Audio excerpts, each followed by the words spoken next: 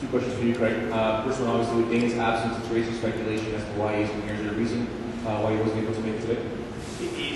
Event week, and we just had a fight. We had a fight last night. There's just a lot going on. He wasn't able to get here.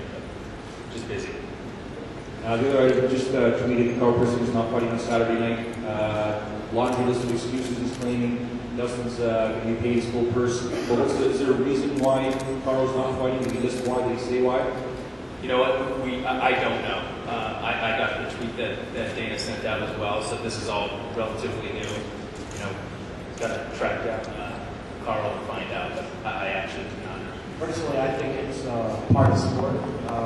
You see NFL football. You see if you watch ESPN the past 2 weeks, we've seen the college football of all the referees making the decisions and things. It's just part of every sport. You're going to have judges making decisions. As us as fighters, we have to try to control that by finishing the fight. Making sure that you're very aggressive in the fight and you separate yourself from a decision or even a controversial decision. So for me personally, that's why I try to go out there and finish the fight. Just because of the fact that I don't want to have 3 people sitting outside the ring saying, putting your fake 50-50 in there. So for me personally, I try to finish the fight, and that's what I'm going to always do to avoid that decision. Rollis or Rollis? I don't know. I was kind of bummed. I think I've watched the last couple of decisions, and I think when fighters like that they get robbed, they work so hard to have a win, and it's left into the hands of judges who are boxing judges who aren't MMA qualified judges. I've been asked this question a few times in a bunch of interviews, and I think they should have former fighters fighters who know what MMA is really about, not what a boxing guy is in England. And I don't know, I was taken back from the Machida and Shogun fight. I watched that fight, and I've been doing this game for over 13 years, and I thought Shogun won. He was the person who caused the most damage. And people say, yeah, you got to take the title away from the champion. And you look at Machida, and he almost had to be carried out of the octagon because his leg damage. He had a fat liver, and there was a lot of damage that was caused. I just think the judges need to be more educated. They shouldn't have boxing judges in there. They should have judges that are, educated on what MMA is really about.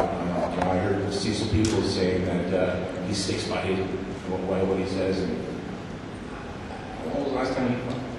You got to understand when punches and kicks are thrown, submissions are tried, and takedowns are tried, and just the aggressiveness of a fighter going forward.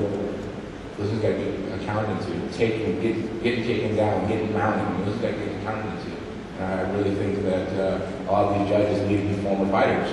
Bring some of the older guys who used to fight, who understand what the takedowns are, what the kicks are, what the strikes are, and not be against the hands of people who are not educated on what mixed martial arts is really about.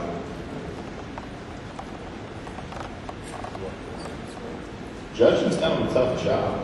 I wouldn't want to be a judge or a referee. I mean, it is all, it's subjective. And, I've seen fights live, and I thought that this being Hamill fight, I saw it live. I thought one guy won. I watched it on film. I thought another guy won. So I'm just glad I'm not good.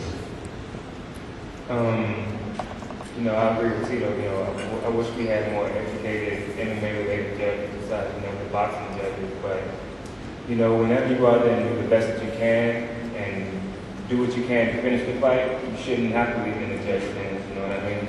So that's why I go for the knockouts every time I fight, so I don't have to leave in the judge's hands. So I don't know what the rest of these guys are talking about, but I go for the kill. So just don't leave in the judge's hands. You ain't got nothing to worry about. Kill them, knock them out.